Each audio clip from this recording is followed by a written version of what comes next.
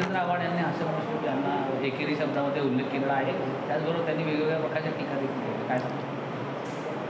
आज डॉक्टर जितेंद्र आव्हाड साहेब म्हणतो आहे, कारण माझी काही एकेरीत कोणाचाही उल्लेख करायची संस्कृती नाही. यांनी राष्ट्रवादीचे नेते, राज्याचे मंत्री हसन मुश्रीफजी यांच्यावर त्यांनी एकेरीत टीका केलेली आहे.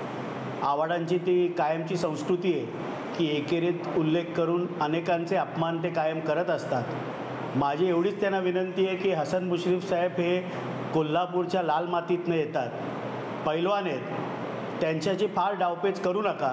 कधी तुम्हाला चितपट करतील राजकारणामध्ये तुम्हाला कळणार देखील नाही. पुढे इंटरव्ह्यूमध्ये बोलत असताना अख्ख्या महाराष्ट्राला त्यांनी आज पुन्हा एकदा सांगितलं की त्या 53 आमदारांनी जे पत्र पवारसाहेबांना दिलं होतं त्याच्यावर मी सही केली होती, पण बाहेर आल्यावर मात्र मी जयंत पाटील साहेबांना बोललो की माझी सही ग्राह्य धरू नये.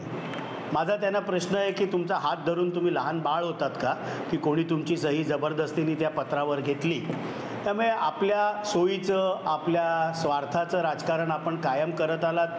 पुढे जाऊन त्यांनी अगदी हातवारे करून, कारण त्यांचं डॉक्टरेट इतिहासामध्ये आहे, ते डॉक्टर जितेंद्र आव्हाड साहेब आहेत, की दोन विरोधी विचारधारा कधी एकत्र येऊ शकत नाहीत. 5000 वर्षापासून इतिहास आहे की दोन विचारधारा कधी येऊ शकत नाहीत.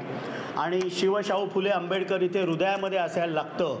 ह्यांचं सोयीचं राजकारण आहे. एका मांडीवर शिवशाहू फुले आंबेडकर आणि एका मांडीवर गोळवळकर गुरुजी. मग 2019 साली आपण आपल्या एका मांडीवर शिवशाहू फुले आंबेडकर बसवलं आणि ज्यांनी बाबरी मस्जिद पाडली, ज्यांनी मराठवाडा विद्यापीठाच्या नामांतराला विरोध केला, त्या पक्षाबरोबर आपण मंत्री झालात ना, सत्तेमध्ये सहभागी झालात ना. मग त्या दोन विरोधी विचारधारा नव्हत्या का?